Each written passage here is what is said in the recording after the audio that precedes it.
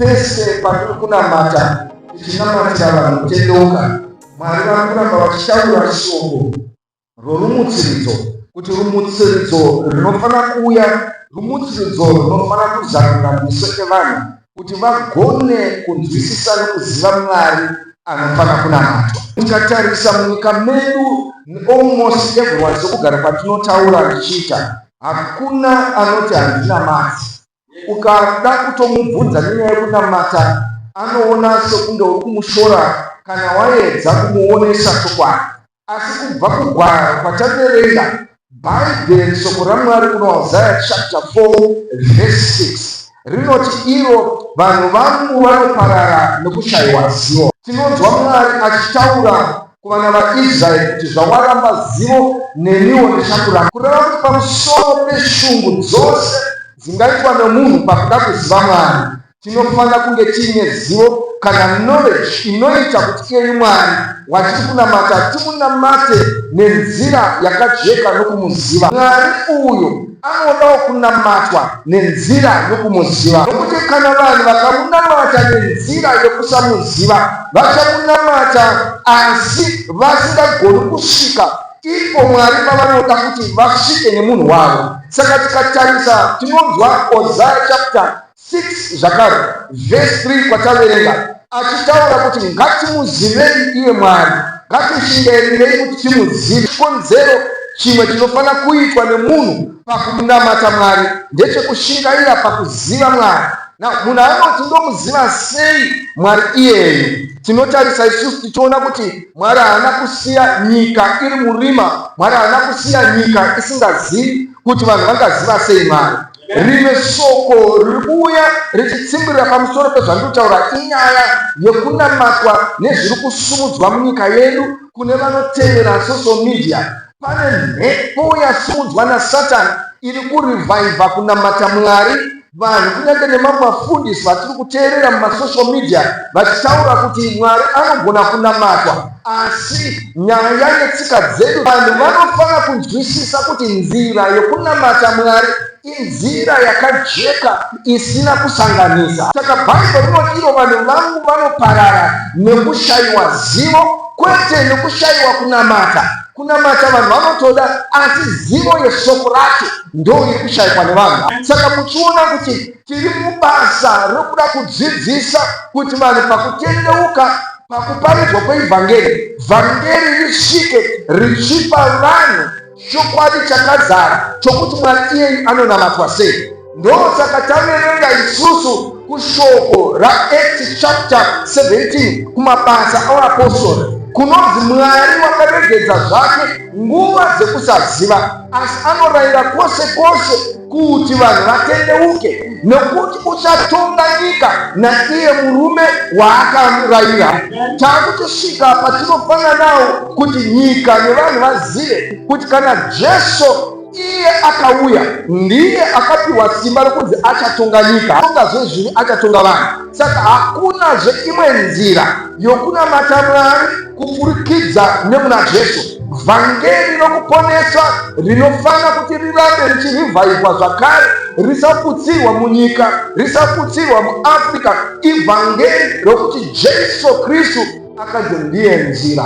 Hakuna anouya nekuna Baba asina kuuya nekwandiri. Saka zivo iyoyo inoda kuti jekeswe. I like King James version inoti iyo, let us know, let us pursue the knowledge of the Lord. Anda kumboti let us know, check, let us pursue the knowledge of the Lord. His going forth is established as the morning. Kureva kuti nyaya yokutonamata Mwari inofana kutetwa pursued. Nyaya yekuziva Mwari inofana kutetwa pursued kusvika vanhu vava nokunzwisisa kuti Mwari ari kunamatwa ndoupi. Nokuti vanhu vakasaziva Mwari wavanonamata, vachanamata umwe Mwari. Tinoona isusu Mwari vapedza kusika zvose. According to Acts chapter 17 zvinonzi Mwari wakaisa vanhu kuti vagare mumiganga vakatotarwa, zvimwe vangamutsanzvadzira kuti zvimwe vangamuwana.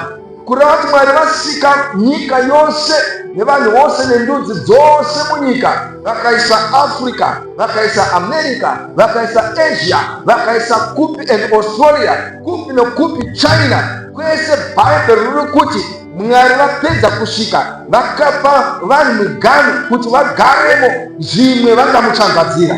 Rino idambudziko rauya nemhaka yekuti nyaya yeshoko raMwari iyoyi yatiri kuti vanhu vafana kuwana zivo yakanoraswa nevanhu pavakanogara munzvimbo dzavo vakatanga kutsvaga zvimwe zvimwari zvavo zvokunamata. Ndosaka muchiona kuti vakaenda kuIndia kune zvimwe zvimwari zvavo zvavanonamata kunyange kuine maKristu. Tikaenda kuChina kune zvimwari zvavo zvavanonamata kunyange vamwe vakutanga kubukira vachinamata Mwari underground. Tikauya muno Africa ruzhinji runoti tinonamata, asi kunamata kwacho kwasangana kwavhanganiswa. Saka vhangeri rokuti Jesu uchauya haagoni kuuya kana iyeyu Mwari uyu watiri kutaura nezvake asati azikanwa zvakazara. Hatisi kuti vanhu havazivi kuti kuna Mwari. Nyaya yekunamata yaita dambudziko kana muchitarisa kuti yava transactional religion. Transactional religion ndeyekuti ndinoda kunamata kuti Mwari andiitire zvakati chete. Yet Mwari ari kuti ndinamate zvisinei nekuti pane zvaitwa here kana kuti hapana, nokuti kana iye anamatwa achatanga kuriritira vanomunamata. Saka vanhu vaakutanga kunamata Mwari on a transactional. Ndosaka muchiona kuti vanhu kana vachiungana chavari kutsvaga haasi Mwari, vari kutsvaga kubatsirwa pakurarama kwavo. Kana munhu achiti mazuva ano ndiri kunamata, kumubvunzisisa kuti uri kunamata nokuti uri kunamata Mwari here, anokuudza nokuti zvinhu zvarema. Jesu akati uyai kwandiri. Asi chokutanga ndechekuti Mwari anofana kunamatwa. Haleluya. Kana anamatwa tinenge taakushanda neinonzi relational worship. Haleluya. Kunamata Mwari kwoukama nokuti ndibaba vedu. Nemhaka yekuti kana vava baba vedu, baba vedu vachatanga kuriritira vana vavo nokuti ndibaba. Haleluya. Haisiri nyaya yekuti ndinofanirwa kunamata kuti paite unge pari kuitwa transaction. Ndinonamata Mwari nokuti ndibaba vangu. Kana ndanamata ivo vanotanga kusangana neni at the point of my need. Haleluya. Saka Mwari vanoziva zvatinoda. Mwari vanoziva zvatinoda. Mwari vakatogukuchira nyika nokuzara kwayo ndeya. Mwari vanotoda kutoti vaitire zvakanaka upenyu hwedu nevese vanofunga kuti vari kunetseka nokutambudzika nesuwo mukushingaira kwedu mukunamata. Saka chimwe chaanoita ndichokuda kutizunguza nokutipa discouragement to exchange yekuti vamwe vakatoregedza kunamata vachiti kana Mwari asiri kundibatsira ndinomunamatire. Yet Mwari ari kunzi let's pursue the knowledge of the Lord. Hallelujah. Tinoramba takapesua as we pursue mukumunamata nokumuziva, anotanga kuuya achisangana nesu at the point of our need. Tanga kusangana nesu pane zvinodikana nemwoyo yedu. Saka handichamunamatiri nokuda kwokuti ndinoda zvinhu, ndinomunamata nokuti ndimwari. Haleluya. Saka ndamunamata nokuti ndimwari, uchasangana neni pane zvandinoshuvira. Saka bhaibheri rakajeka zvikuru roti iro, let us know, let us pursue the knowledge of the Lord. Let us know, let us pursue the knowledge of the Lord. Kuna ex obati Mwari wakaregera zvake nguva yokusaziva, asi unorayira kose kuti vanhu vatendeuke. Haleluya. So nguva yokusaziva, nguva yamanga musingandizivi kuti ndini ani, izvozvo ndakakuregererai, izvozvo ndakakukanganirai. Nguva iyoyo ndakaifusira, asi nekuda kwokuti ndakaunza nzira yekuti muchiziva ini wacho anofana kunamatwa. Hapasina chikonzero chokuti vanhu vati Mwari hatimuzivi, nokuti Mwari wakaisa nzira yekuti vanhu vamuzive. Now ndo paakuuya nyaya yegospel yatiri kushingaira kudai nekunamata kuti Mwari vasvikire nyika.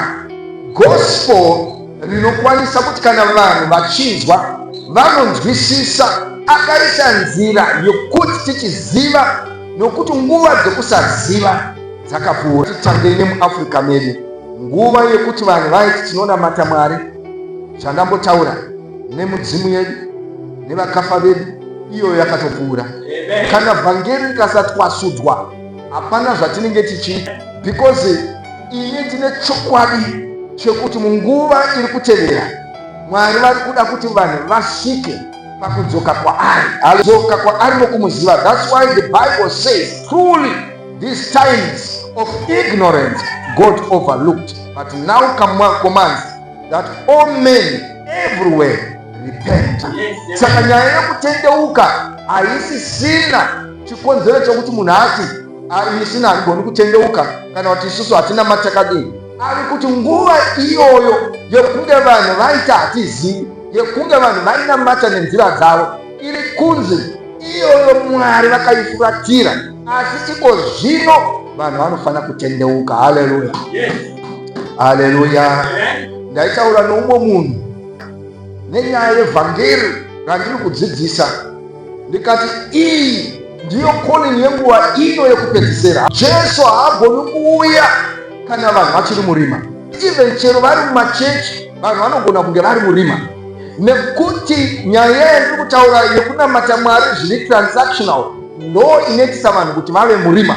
Vanhu vakava neukama naMwari chaiye, vakamuziva nenzira chaiyo, zvinhu zvinoita nyore kuti vanhu vanamate Mwari vachiziva kuti ndiye Mwari chaiye. Haleluya. Asi vanhu vakanzi uyai tikubatsirei, tikushandirei chete, iyoyo nzira wokuti munhu haana knowledge yatiri kutaura nezvayo, yakanzi vanhu vangu vanoparara nekushayiwa zivo, inomuita kuti anamate Mwari achingodzingirira neupenyu chete, kwete kuti neukama naMwari. Haleluya. Hatisi kuti Mwari haana hanya neupenyu hwedu.